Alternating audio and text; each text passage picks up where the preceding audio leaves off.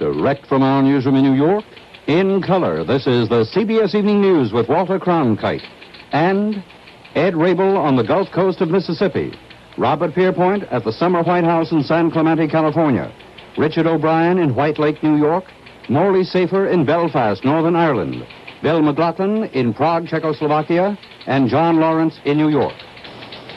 Good evening. As night fell, the death toll had reached 22.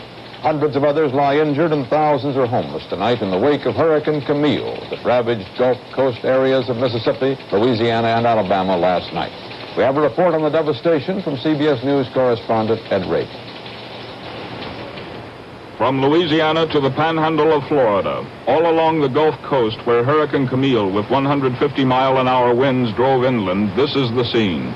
Hotels, motels, private homes, businesses, most destroyed by the unyielding fury of the season's third hurricane. Perhaps hardest hit was this area near Gulfport, Mississippi. To people returning to their homes, what they saw was shocking. Some of the homes were still standing, but for the most part, the refugees found little remaining. Gulfport officials said their city had been demolished. The Civil Defense reports that Pascagoula, a city of some 20,000, suffered damage to 75% of its homes.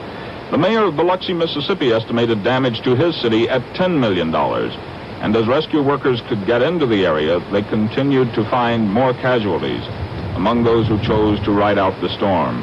40 to 50 people were injured when a storm shelter collapsed in Gulfport. Some, including this Biloxi resident, were far more lucky. What did it sound like? It sounded like 10 hinges of hail or something. I don't know. It's hard to describe. What now for you? I don't know. Start over again. I got the clothes I got on and $22 in my pocket. And if I'd have had a choice, I'd have picked some better clothes, but this is all I come up with. Is anyone in your family hurt? No, one of the little girls stuck a nail in her foot this morning, but that's about it. We're just thankful to be alive, that's it.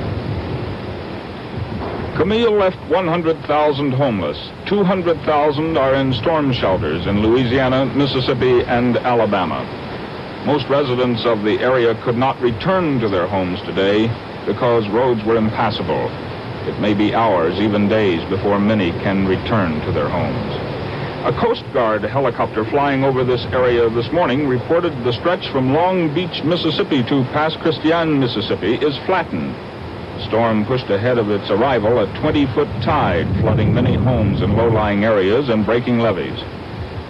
Most of the area is without communications, electricity, gas, or drinking water. Gulfport had no drinking water, but civil defense authorities said the prospects are good for getting some in the next few hours.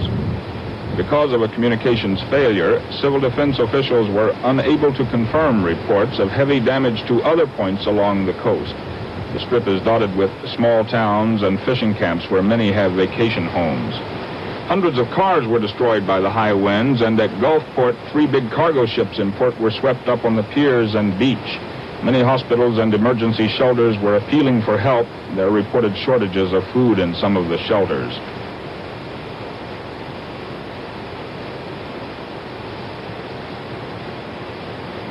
This is the Bay St. Louis area, just west of Gulfport and Biloxi. The situation here is much the same as at other points along the coast where the eye of the hurricane passed at about midnight Eastern time last night.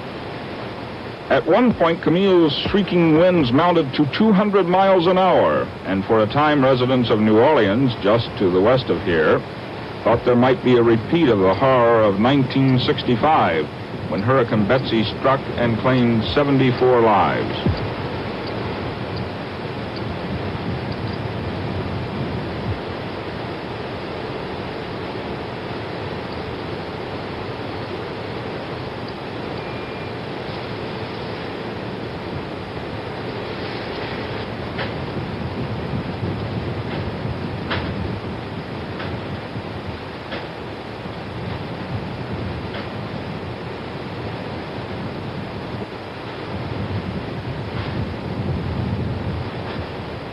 People along this stretch of coast are not strangers to hurricanes. 3 have struck in this general area in recent history, claiming hundreds of lives. Besides Betsy in 1965, There was Hilda in 1964, which killed 36, and Audrey claimed 430 lives at Cameron, Louisiana in 1957.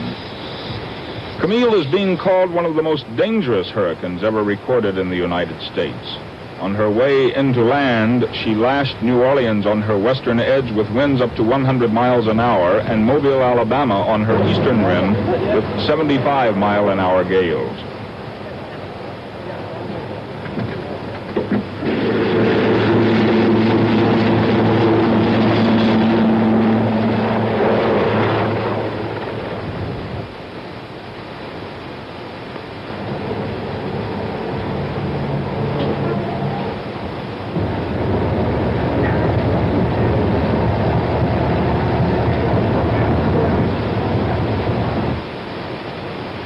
The United States Weather Bureau in New Orleans says Camille is weakening rapidly, but there will still be heavy rains and some wind throughout Alabama, Mississippi, and into Tennessee.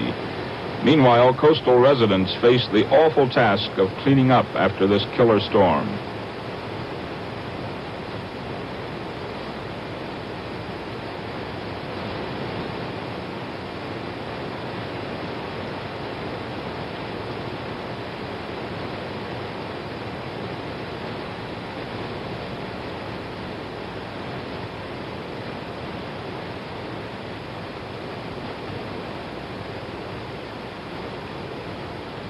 This is Ed Rabel, CBS News, New Orleans.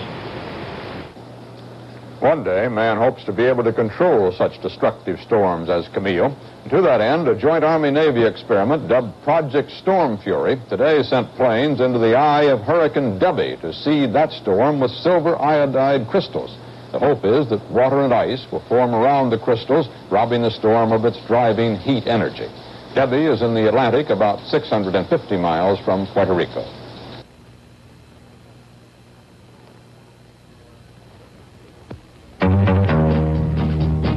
Listen while I tell you a story, the tale of the Marlboro brand. It came out of Richmond, Virginia one day and spread clear across the land. Oh yeah, it spread to California, and now it's famous in old Chicagoland. And in New York town, it's the biggest brand around, and getting bigger from the lakes to the Rio Grande, the big flavored Marlboro brand. Now anywhere is Marlboro country, everywhere in the USA, from Philadelphia clear to San Francisco Bay, and getting bigger all over this great big land, the big flavored Marlboro brand. Come to Marlboro country. President Nixon today made his anticipated nomination of federal appeals Judge Clement Haynesworth, the South Carolina Democrat, for the vacant Abe Fortas seat on the Supreme Court.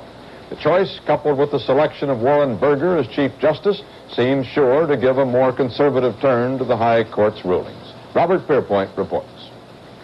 Here at the summer White House today, President Nixon announced the promotion of Judge Clement F. Haynesworth, Jr. from the Fourth Circuit Court of Appeals in Richmond to the Supreme Court. His announcement came as no great surprise, since Senator Everett Dirksen had already announced on his own last week that the conservative Haynesworth would be appointed to the court. After the White House announcement, Haynesworth, a federal judge for 12 years, appeared in chambers in his hometown of Greenville, South Carolina, for what amounted to a picture-taking session with news photographers. He had little to say. There were so many cameras. But in a brief printed statement for reporters, the judge expressed gratitude for the president's trust and added, in his words, "I will strive earnestly to justify his confidence in me." The Senate's confirmation hearing for Judge Haynesworth is expected in about 3 weeks, and approval is anticipated. Southerners and conservative Republicans generally praise the nomination today. But liberal opposition exists, and some civil rights advocates are talking of a fight. Here's a sampling of reaction of some Negro leaders. First, the NAACP's Roy Wilkins in New York. On the civil rights issue, probably the number one domestic concern, since it deals with the treatment of 22 millions of black Americans and with that of several millions more who are non-white. Judge Hainsworth, to use a current expression, is not with it on mood on whether the United States shall press forward to ensure equality for its black minority. Judge Hainsworth's dissenting opinions in some key civil rights cases show clearly that he is not for pressing forward. These opinions were rendered in a crucial period when the Negro's opportunities and status were being shaped in the last third of the 20th century. They reveal that Judge Hainsworth is for the status quo or for inching along. Well, like a great number of people, I was astounded that this could happen. We now have an example in 1969 of Mr. Nixon apparently operating with the best interests of this nation at the foremost of his considerations, appointing a unquestionable segregationist to the Supreme Court of the United States of America. I think that we have to ask ourselves, what is the president trying to do to this nation, and just how are we going to ever begin to heal the great divisions in this country with this kind of a thing happening on the court? Well, I have heard that Mr. Hainsworth has a very questionable record in the field of civil rights. I don't know the justice. I did not know that he would be appointed, and I certainly will review his record very closely before I will cast my vote for confirmation, as I do in all of the cases. But I am not that familiar with his record. I want to study his record, the cases in which he has participated, and opinions that he has rendered as a member of the Circuit Court of Appeals.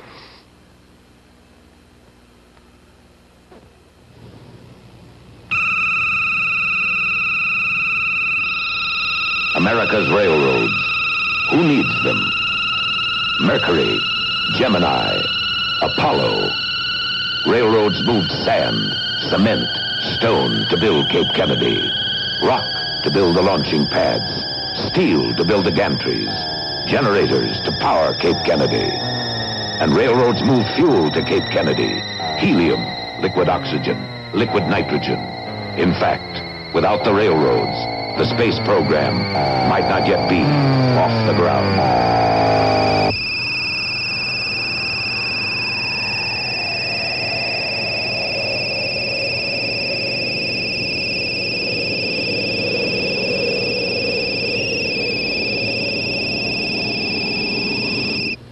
America's railroads. Who needs them? The Premier of Thailand was quoted today as saying he would command any American troops brought into his communist-threatened country to fight an invasion.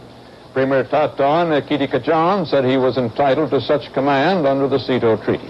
Thakton also is quoted as saying his government would have to grant permission before a so-called contingency plan involving U.S. troops could be shown to the Senate Foreign Relations Committee, a statement likely to stir new controversy over the plan in Washington. Despite the Premier's statement, the Pentagon repeated today that any senator could see the plan if he came to the Pentagon. In the so-called Green Beret murder case, a New York criminal lawyer who represents 3 of the 8 accused soldiers predicted today they will be released soon and the case dismissed. Speaking in Saigon, attorney Henry Rothblatt said the Army has no evidence to convict the soldiers of murdering a Vietnamese civilian who reportedly acted as a double, perhaps a triple agent. The soldiers were removed today from solitary confinement and placed in regular barracks. In the day's fighting, U.S. B-52s kept pressure on suspected enemy forces between Cambodia and Saigon, but ground action was scattered and comparatively light. The UN command in Korea has asked for a meeting of the Military Armistice Commission tomorrow to find out more about an American helicopter reportedly downed by North Korea yesterday. North Korea said it shot down the unarmed helicopter with 3 men aboard, after it penetrated deep into North Korean territory, about 15 miles north of Panmunjom in the demilitarized zone. There's been no word on the fate of the crew. The situation in Northern Ireland remained tense but relatively quiet today. Funeral services were held for 6 of the 8 persons killed in last week's fighting between Catholics and Protestants. And the commander of the British troops now stationed in Northern Ireland announced that 2,000 more men will arrive Thursday, raising his troop strength to about 6,000. Morley Safer has a report on troop-occupied Belfast. Belfast is just beginning to clean itself up. The people use anything at hand to build the barricades. Most of the rolling stock from the public transport system was commandeered. Now British Tommies man the barricades and the barbed wire. Men experienced in street battles in Aden, Cyprus, Guyana, and Hong Kong. They make a strange sight occupying the familiar red brick terraces of a British city. But at the best of times, Ulster is a melancholy place. This is not the Ireland of whimsy and picture postcards. It is a place of mean back streets, poverty, prejudice, and now of devastation. For hundreds of years, Protestants and Catholics have lived together either in open warfare or in bitter truce. The Catholics demand equal rights and opportunities. The Protestants fear that reforms would eventually lead to a takeover by the Catholic Republican South. And as a result of last week's open warfare, the city of Belfast is crippled. Food must be handed in over the barricades. Without the barricades, the Catholics say the Protestants will come in to burn and kill. It's hard to understand such hatred in a place where people look alike, sound alike, even have the same names. So British troops remain in place tonight, keeping a form of peace. The Ulster police do not show themselves for fear of setting off new trouble. The problem seems insoluble, and the few people of goodwill on both sides have been rejected by the bulk of Catholics and Protestants in Ulster. Morley Safer, CBS News, reporting. This is a significant week in Czechoslovakia. On Thursday, it will be 1 year since Warsaw Pact troops invaded the country. Bill McLaughlin reports from Prague. This is an invitation to a memorial service, appropriately and neatly printed in the obituary shades of black and white. The service is not for a person, but for a country and an ideal, for Czechoslovakia and its lost democracy.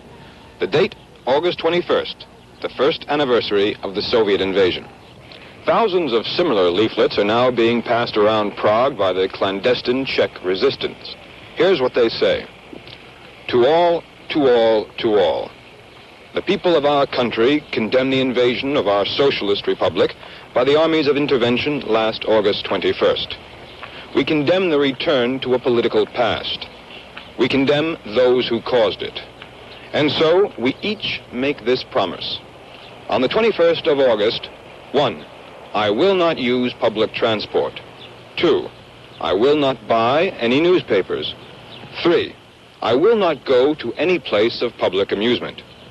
4. I will do all my shopping ahead of time so that all the shops will be empty on the 21st. 5. At noon on the 21st, I will demonstratively stop work for 5 minutes.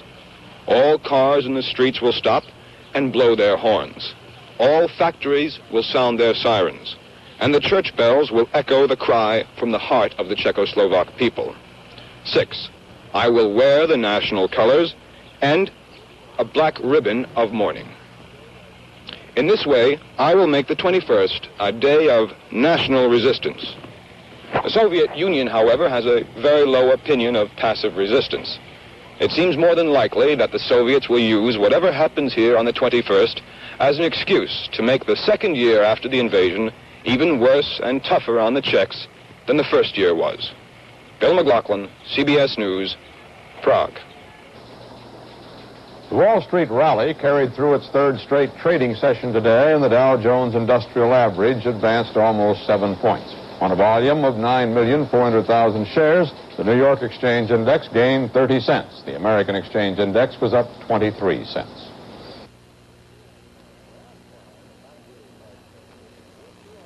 When I'm flying, if I'm getting heartburn, what you all call acid stomach, that's when I take Rolaids. Eating in the cockpit, you're in a hurry. It could give anybody an upset stomach. You can't stop the plane and lie down, so I take Rolaids. With Rolaids, I've never had any problem with heartburn. I keep Rolaids with me religiously. Speak, Bucky. Bucky, you're going home. Work with him tonight? Not tonight, David. One date and she hates me. What have I got? Rabies? Bad breath? Rabies? No. Bad breath? Not if you use Listerine. Antiseptic? Right. Kills germs that can cause bad breath. Oh, that's strong stuff. Strong to last long. Sit, Bucky. David, you're great. Just takes patience. And Listerine antiseptic kills germs, lasts for hours. Thomas Harrigan, one of 4 men sought for questioning in the Sharon Tate murder case, showed up at Los Angeles Police Headquarters today, accompanied by his lawyer. The lawyer said his 27-year-old client was 25 miles from the murder scene the night of the slayings, in the company of several other persons. Dr. Christian Bernard, the pioneering surgeon who gave Philip Bleiberg his new heart, said today that Bleiberg's death yesterday in Cape Town was due to chronic rejection of the heart by the body.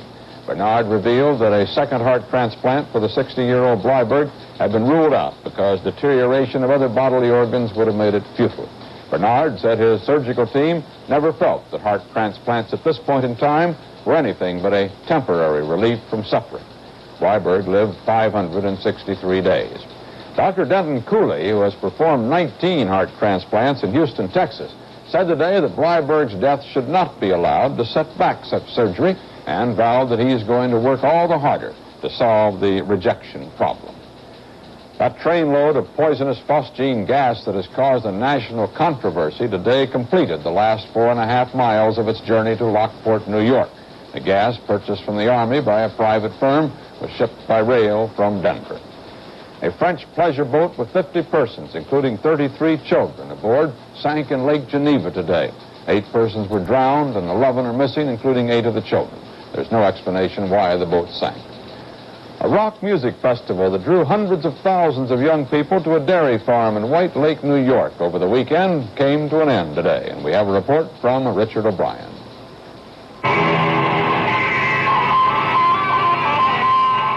They listened for 3 days, and today they sounded the retreat and headed for home.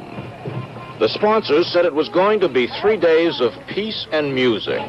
It was that all right, and much more. Estimates of the crowd ranged up to more than 300,000, and it was that size that caused most of the trouble. That and the rainstorms that turned the big dairy meadow into a mud farm. The big problem was that no one had even the slightest notion that they would come in such numbers. Today, wearied but still light of heart, they huddled their masses and set out for home. And they headed in every direction. As one official pointed out, with 300,000 people, you are not dealing with just a crowd, but virtually a city. And as a city, it had city problems. One youngster died of a suspected overdose of heroin. 80 others were arrested on drug charges. Another boy killed when the driver of a tractor failed to see him inside a sleeping bag. One of the promoters says he wouldn't try this again unless he could rent the Grand Canyon. He may have to. Already there are threats of lawsuits from local business people who called it a disgrace. The kids said it was just great. And so it's all over, except for the massive cleanup job that remains. The Woodstock Music and Art Fair, having done its thing, quietly folds its tent and steals away. Till another day. Richard O'Brien, CBS News, White Lake, New York. In a minute, we'll have CBS News correspondent John Lawrence with an analysis of the White Lake phenomenon.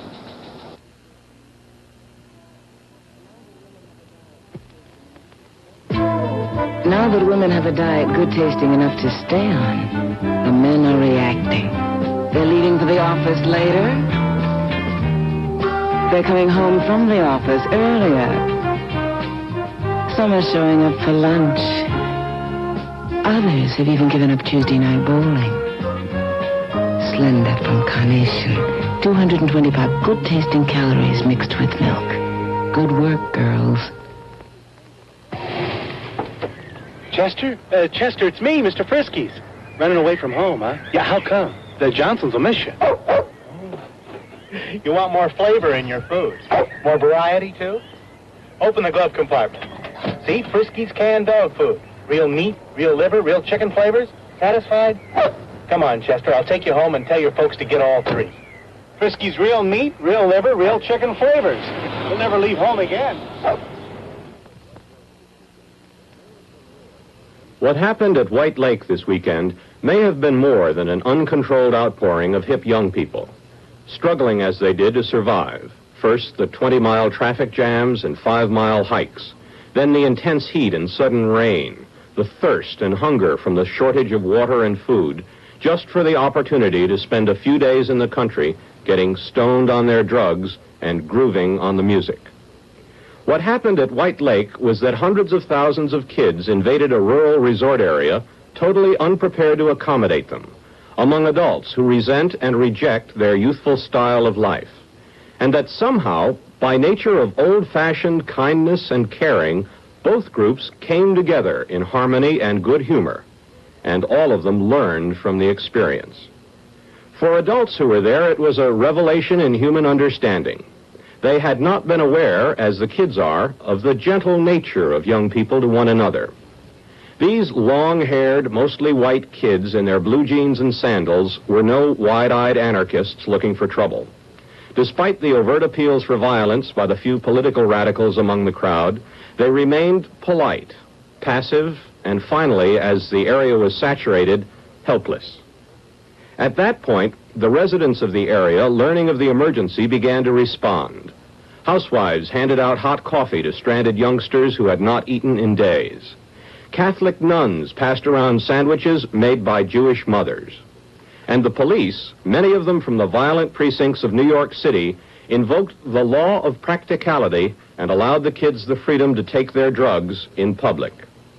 So many people were smoking pot, the police explained, there were not enough jails to hold them. A situation to remind an older generation of conditions 35 years ago under which alcohol was legalized. So that what was learned at White Lake was not that hundreds of thousands of people can paralyze an area and break the law, but that in an emergency at least, people of all ages are capable of compassion. And while such a spectacle may never happen again, it has recorded the growing proportions of this youthful culture in the mind of adult America. Walter? And that's the way it is, Monday, August 18th, 1969. This is Walter Cronkite, CBS News. Good night.